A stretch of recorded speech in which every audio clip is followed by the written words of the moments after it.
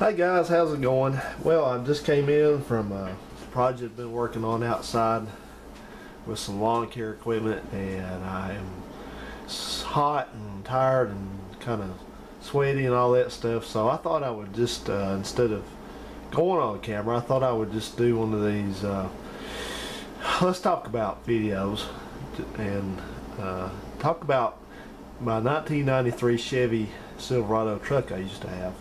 This truck I owned from 2003 up through 2007, so it was about 4 years, which is kind of a record for me to have something that long. Now, that was my daily driver. That's all I drove for quite a while, day in and day out. When I bought that truck, it was on a used car lot locally, and I was just driving down the road one day. I was not planning on buying a truck. I wasn't planning on buying another vehicle of any type. I'm trying to think of what I was driving. I think, if memory serves correctly, you're going to get a kick out of this one. I was driving every day. I was driving a 1980 Oldsmobile 98 Regency, which was a really nice car. It's still a real nice car.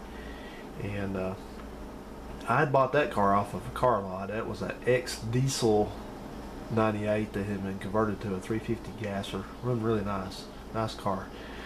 But anyway, I just happened to be driving down the road, and I'm always looking off to one side or the other instead of in front of me where I should be looking. So I saw this truck nosed out on a car lot. I thought, man, that's a really sharp looking truck there. I'd seen several that had, you know, the black on the top and the side, and then the bottom third or whatever is gold, but I've never seen one that was this shade of black and then gold down the side of it like that. And I really liked that, so I swung around and went for a test drive and liked it and ended up buying it. I think I gave $5,000 even for it. It was 10 years old at that point, and it had 140,000 miles on it.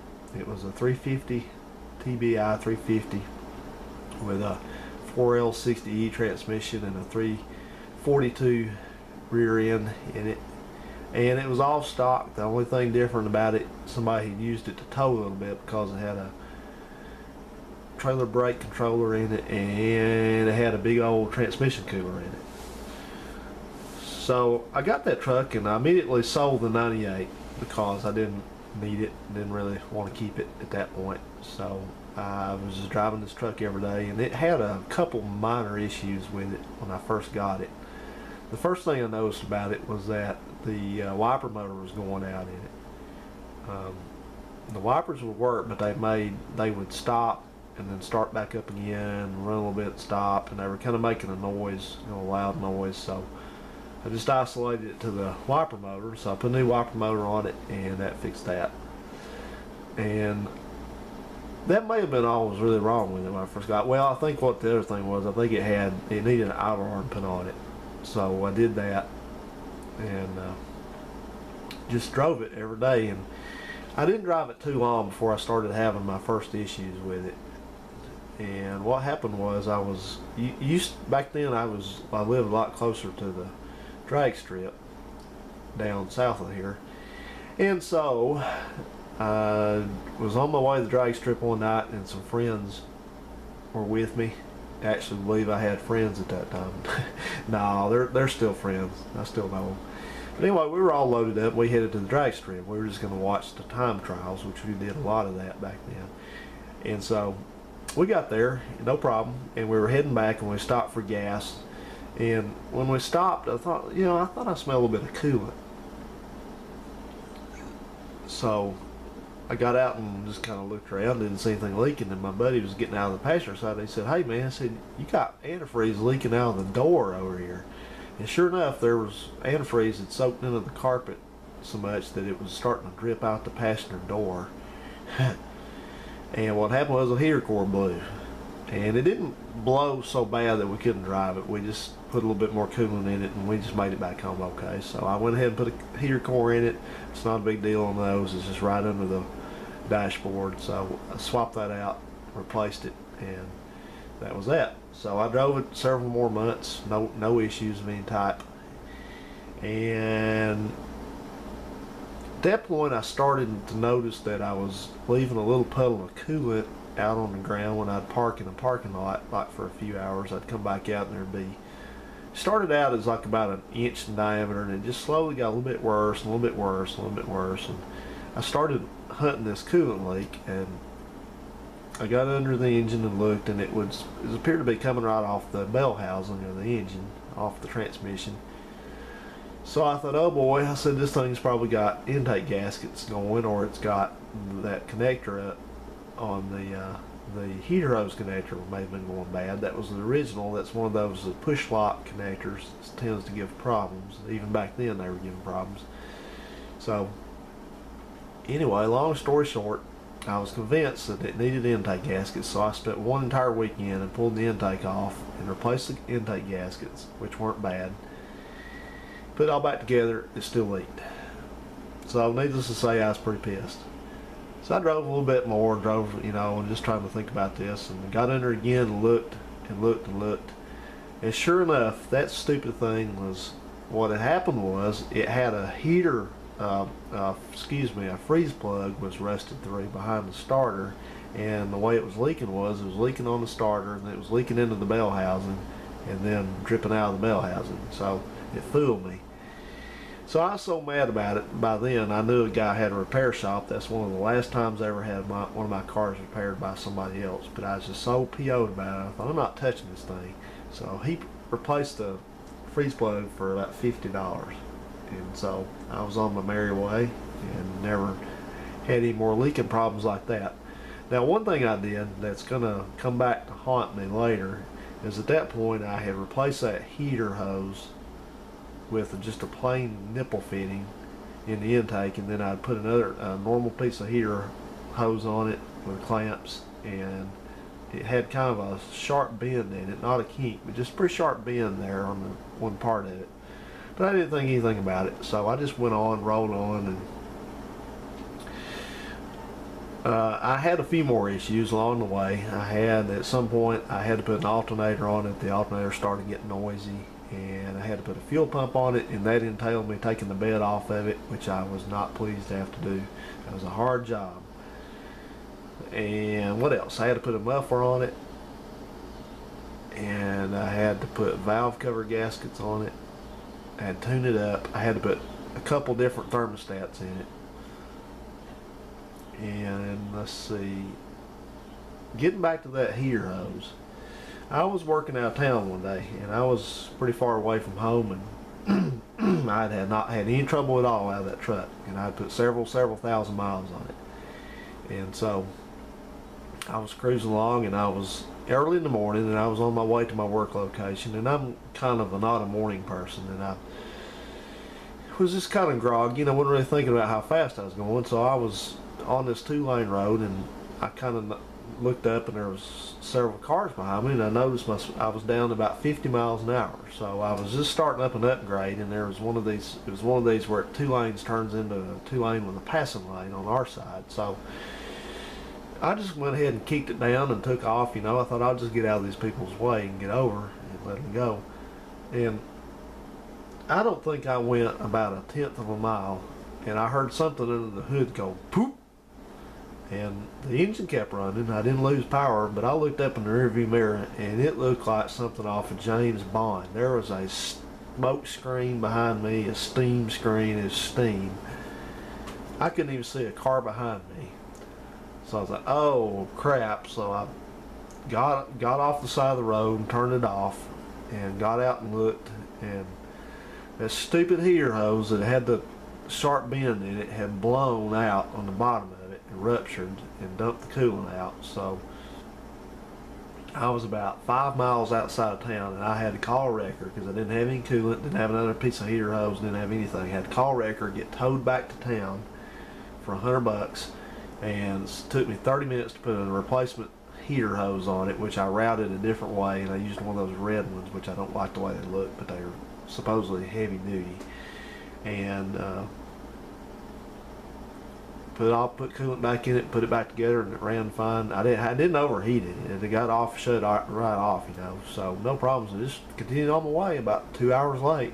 So I did that, and then you know, I just kind of really getting irritated about it. Kept having, you know, over a period of like tens of thousands of miles, you know, I kept having these random cooling problems. And you know, you think on the face of the thing, well, maybe it had a head that was maybe cracked, or maybe it had a head gasket going, and that's possible. But it, you know, it would have problems like that, and then it would totally not do anything for a long time. It never tried to overheat. It never ever tried to overheat. I had a Cavalier one time that had a blown bad head gasket problems repeatedly, and I knew the symptoms, and that truck never did that. So I don't think it did. I think it just, you know, those cooling systems on those trucks just tend to age pretty bad.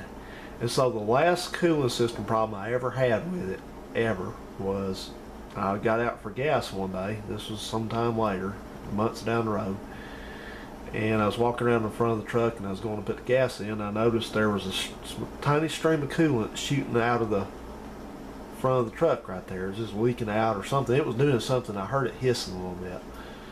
And I was like, man, come on. I said, this thing is just not going to leave me alone with cooling system problems.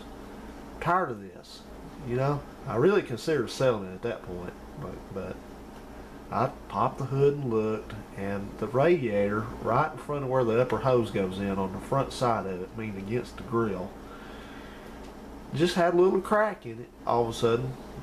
And it wasn't leaking much at all. It didn't even leak enough to drop the coolant level very much in a period of time that I had to drive it on home. So I had to put another radiator in, put a new radiator in, and that solved it. I never had another cooling system problem ever, and I drove it quite a bit after that. So that was the deal with that. You know, just some random problems. Put a set of tires on it. I don't think I ever even put a set of brakes on that truck. It drove nice. I really liked it. I had to have the air conditioner topped up about, you know, beginning of the summer, just a little bit.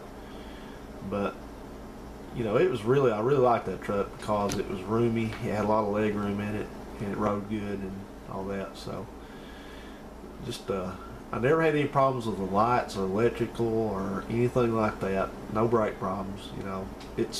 Nothing on it broke. No body work stuff broke, you know, nothing like that. So it hung in there pretty good. But the worst thing that ever happened to it, the most major problem, was the transmission broke in it, and it didn't burn up. It broke because I knew, you know, I was not quite as much of a mechanic back then as I am now, but I knew enough to take care of the transmission. So I most of the time, you know, I didn't beat on it or tow a lot of heavy stuff with it or abuse it or anything like that. And the transmission always worked great in it. Never had another problem, you know, never had a problem with the transmission until I came out of the house one day to go to work. And it was parked in the driveway, and I started it up and I put it in reverse, and it wouldn't move. I gave a little bit of gas, it wouldn't move. I thought it was locked, the brakes were locked on. So I was, like I said, I was about half asleep, so I looked down, pulled the brake off, thought I had the parking brake on. Well, the parking brake wasn't on. So there again, I had my sad face on. I thought, well, that ain't good, whatever this is. So I put it in drive, and it just moved about a couple inches, and that's it. It acted like, you know, like I was holding the brakes on and trying to take off. And finally, I did something. I don't know. I think I was running late. I had to be to work, so I jumped in. By that point, I had another car. I think I had a Honda Accord by then. I was driving a little bit. And so I said, heck with this, I'm going to work. I'll deal with it when we get back. So I went to work, came home that day. And so I got it out there and I started working it, trying to get it, you know, I said, well, either the transmission, something's wrong with the transmission, or the rear end broke, or something happened. So I just started kind of fooling with it a little bit, and I put it in drive, and then I put it in reverse, I put it in drive, put it in reverse, and, you know, all of a sudden, something broke loose in there. Sounds funny. Yeah, that's about what happened. Put it in reverse and it went cling, and then it backed up and it went clink, clink, clink, clink. Really bad noise. It's a noise you don't want to hear a vehicle make. And the whole truck would shudder a little bit, like something was, you know, crazy, man. I don't know what it was. You know, I know now what it was. So I put it in drive, and it pulled up, and it finally, you know, I got out and looked. I got in there and I thought it sounded like the drive shaft broke. It was coming out of it. His drive shaft was fine, no problems with that. You know, I'd driven it home the night before and it was running fine, no problems. You know, I thought, what the hell happened to this thing just sitting overnight in the driveway? And so, long story short, I messed with it enough. I got it freed up, and you know that you should never have to do that with a transmission, an automatic transmission. But that I did, and it worked. But it got where it moved finally, and you know it wasn't like it was slipping. It just wouldn't move. If you give it gas, it would not move. And finally it did, and it would drive. But when you take off with it when it was in low gear, man, it made a horrible noise. It was and then it quit in second gear, and then I think it might have stopped and quit and didn't make that noise in third, but it might have come back in fourth or something like that. It was like it did it bad in 2 gears, and then it was quiet in the other gears. So I knew something was fatal in that transmission. So I had I didn't drive it that much for a while. I just drove the other car, but I was driving it somewhere one day and it just kept making that noise, and all of a sudden I was going along about 60 miles an hour, and I think it dropped into second gear. All of a sudden, with me not doing anything, it dropped itself into second gear, and that's all I had. So it finally failed, and long story short was I ended up buying a transmission from this guy that was putting another motor in a truck like that one. He was souping it up with some other kind of drivetrain, so he sold me the low mileage transmission for it, and I drove to Rockford, Illinois to pick it up and brought it back, put it in, and it ran fine. Never had any more problems with it or the truck. That was about 177,000 miles on it. And I think what happened was that truck broke a sun shell in the transmission. I think when I put it in reverse, it broke. I had been doing some burnouts with it, and that'll mess one up pretty quick on one of those transmissions. So I kind of learned not to do that anymore. That was an expensive lesson. But anyway, to sum it all up, I drove that truck I sold it in mid-2007, and when I sold it, it had 227,000 miles on it, so I drove it another 50,000 miles after putting that other transmission in it, and never had any more problems with it. It was reliable, and I liked it. And I don't know what just precipitated me deciding to sell it. I think I was just kind of finally getting tired of it. I was driving the other car a lot, my other car I had at that point, so I sold it to somebody, and I don't know if that truck is still on the road or not, but it was a good one. I liked it. I think I like the interior better on it than I do the later ones. The later ones seem like they're a lot more plasticky, but that one it had a tan interior, had the captain's chairs in it. And you know, now it would seem like an old truck to me if I bought something like that again. I would probably not have the same impression as I did back then, but back then that was one of the nicest vehicles I'd ever had. So I liked it, and I hope that the person that bought it from me got a lot of use out of it.